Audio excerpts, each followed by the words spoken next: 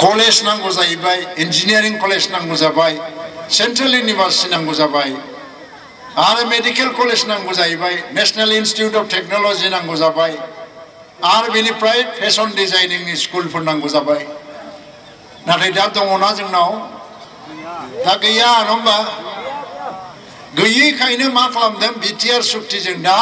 मोनबा इउनिभार्सिटी लाबोनाय जाबाय बाक्सायाव बड'फा उपेन्द्रनाथ ब्रह्मनि नामै बाक्सानि बरमा नोंदा बर मुसलपुर साब डिभिजन बा नोंथांमोननि नैबे ओनसोलावनो जिखुनु देनां जायगा सोलाय सोल'बो जानो हागौ बड'फा उपेन्द्रनाथ ब्रह्मनि नामाव Central institute of technology Central university गायसननाय जासिगोन दा बिटिआर सुक्ति बादि इन्जिनियारिं कलेजबो फैनोसै डक्टर भुपेन हाजरिकानि नामाव मोनसे कालचारेल इन्स्टिट्यूट फैनोसै बेफोरजों सोलायनाय लाबोनांगौ जाहैबाय बे फसंथानफ्राव फरायनानै जोंनि फिसा फिसौआबो बिदेशआव साख्रि मावनांगौ जाहैबाय दा बेफोरखौ नांगौना नाङा सोलायनाया बेखौनो नङा होमबा बेखौ सोर लाबोनो नागिरदों बिपिएफआथ' बिटिआर सुक्तिखौ जोगारदोंसो रिजेक्टसो खालामदों बिटिआर सुक्तिखौ मावफुङा होनना बुंदों बिपिएफआ होमबा बिपिएफनो भट होनांगौनि खारना बहुद दं बिजेपियाथ' जेबो नङा नोंथांमोननि कक्लाबारियाव बिजेपिया सिमांबो नुवाखै देरहानायाथ' बाद दोन जिएसपि होननाया आनजा फैदों दागि जिएसपिखौबो ओरैनो मा होनदों बे थिंनि द्राम दामनाय बादिसो बिसिनियाबो गोमनाया गोगोम खिन्थु जोरनाया गैया जेबो गिनांगौ जेबो गैया जिएसपिखौबो जोंनो देरहागोन नाथाय बिपिएफआव दिनै सोर गसंदों धीरेन बर'आ मा बुङो माबायावलाय लेक्साराव एनडिएफबिनि सोमावसारनायनि बाथ्रा बुङो एनडिएफबि केडारफोरनि रिहेबिलिटेसननि खोथा बुङो बिटिआर सुक्तिया मोजां होननानै बुङो धीरेन बर'आ जों ओरै खालामबाय बे मिटिंआवनो धीरेन बर'नि लेक्सार होखांनायनि उनाव हाग्रामा महिलारिया आरो गसंनानै लेक्सार होनना बुंसलाय मा बिटिआर सुक्तिया जिर' जेबो गैया होनना बुंसलाय आरोखि एखे मिटिंआवनो धीरेन बर'आ लाजियोना लाजिया दालाय गाव जाय एकर्डखौ गावनो सहि होदों बेवहाय जेबो गैया होनना बुङो हाग्रामायाबो सहि होदों एकर्डआव सहि होखालि दिनाव हम मिनिस्ट्रिनि अफिसाव आंबो दं हाग्रामानि खिथुनाव आं जदों सानाखैमोन हाग्रामाया गाव सहि होनांगौ लेंहरदों नालाय थांदों दाना जेला रन्जननिफ्राय धीरेननिफ्राय एबसु प्रमद बर'निफ्राय गबिन्दनिफ्राय सहि लाखांजोबनानै हाग्रामानोबो गथायफैबाय अफिसारा नाबो सहि होनांगौ बे अमित शाहनि सिगाङाव कि सहि होआब्लानो थानो हायो सहि होबाय बेबो सहि होखांनानै जेला जोबनानै हेन्डसेक लालायलायो गसंनानै होमबा बे आंखौ नुसनना हाब माथो आदाबो दं जाबाय आं दंब्रा दहायनिफ्रायनो नों सहि होनायखौ नायबाय थादां ओरै होनना बुंबाय आरोखि आं मोजां मोनथारदोंलै नोंनि सहि होनायखौ ज' मावदिनि होनबाय आङो सहियाबो होबायबा मोजाङानो जाबाय ज' मावदिनि ओइदिनबो हाग्रामाया बुंखादों नायदिनि मा जायो होनखादों आरो बेयो बे न'निफ्राय ओंखारनानै बे साहा थांबाय जोंहा खोलाहा ओंखारबाय साननै उनाव हाग्रामाया बुंबाय एकर्डआ ओरैबायदि मोजां जाबायनो बेखौ मावफुंनो हायोबा आलदा रायजोआनो जाखाबाय होनना बुंबाय जोंबो मोजां मोनबाय एक माससोनि उनाव माबा अर नांलायबाय माबा एम्फौ अरबाय सोरबा बुंना होलायबाय नामा दाना एकर्डआ जेबो गैया जेबो जाया बेखौ सिफायनांगौ धंस खालामनांगौ आं मानिया जानला मोनला नै दा बेजोंनो जोंहा अनजलि दैमारियाबो रन्जन दैमारिनि बिनानाव जाय एकर्डखौ रन्जन दैमारिया गावनो सहि होदों बे एकर्डखौनो जेबो गैया आं बेखौ नस्थ' खालामगोन धंस खालामगोन आं मावा ओरै होननानै बुंनाय हाग्रामा महिलारिजों गिदिंफा अनजलियाबो दाना लेक्सार होयो मा होयो माबा रन्जन दैमारिया सुक्ति खालामखांनानैबो मानो जेलाव थांखो रायजोफोर रन्जना जेलाव थांनाय नङामोन जुदि सुक्ति जानायनि सिगां बेखौ जुदि जेलनि साजा होखानाय जायामोनबा बेखौ सुक्तिनि आगोलनो जेलनि साजा होदों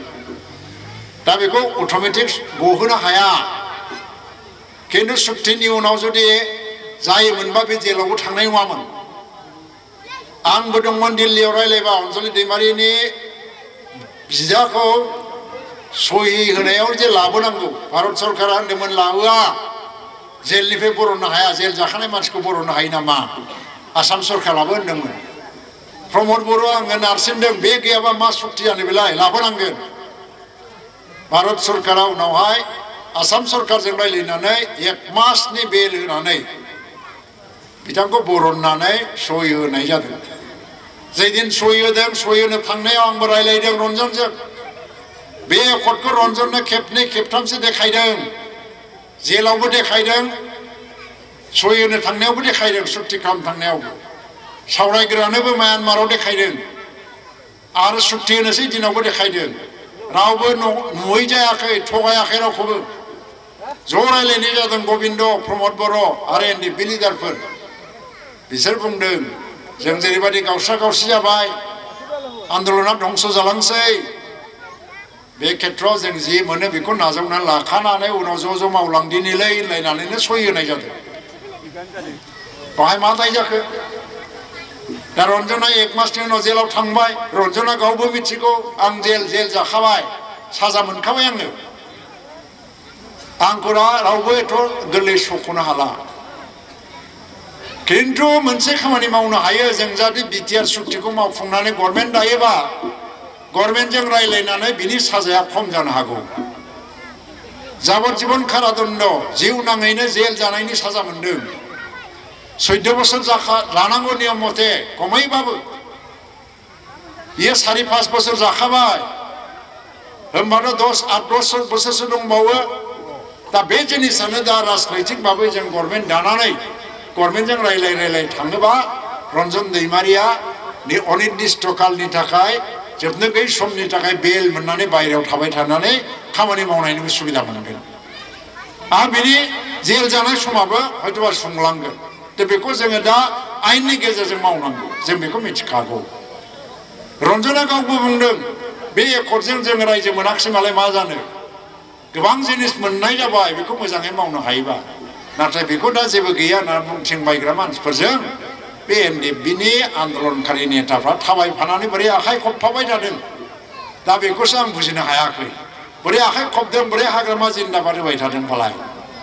जोंनिथिं गैला क'क्राझारथिं गामि दरसेयाव जुदि 100टा न'खर दङबा बर' गामिया 80टायानो इउपिपिएल जाबाय 20टाल' बिपिएफसै दा नोंथांमोनथिं जादोंना जायाखै जाबाय 180टा जाबायबा 90टा खालामदो जिरायनानै थानो मोना आरो बरन्स जायफोर बिपिएफ खालामनानै दं आं बिथांमोनखौबो बुंबावगोनसो बिपिएफखौ गारनो हाया बुंनांगौ गैया नाथाय सोलायनायनि नांगौआव सोलायनायनि सार्थआव नोंथांमोनाबो खेबसेबाव 1991 सनावबो सोलायनायनि थाखाय भट होदों जोङो 2001 सनावबो सोलायनायनि थाखाय भट होदों जोङो 2020 सनावबो खेबसे नोंथांमोनाबो सोलायनायनि थाखाय भट हो जायफोर नांगोल खालामनानै दं बिपिएफनि मानसिफोरखौबो बुंबाय आङो नोंथांमोनाबो बिपिएफआव भट होबाय थानो दरकार गैया दा गभर्नमेन्टआ 5 बोसोरनि थाखाय गभर्नमेन्ट दानो हो खामानि मावनो हो मावनो हायाबा 5 बोसोराव बिदाय मावनो हायोबा आरो 5 बोसोरबाव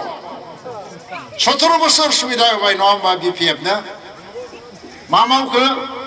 लामाया मानो मोजां जायाखै दै खुरखानाय दङनो नैबाव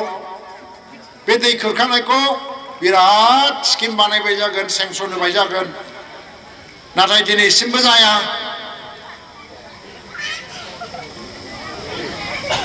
दारामारि भिलेजनि खोथा दारामारि गावनि गामिनि खोथा बुंदों बेनो नामा बे दैयानो बाहाय दै खुरखानाय दंनो बेखौ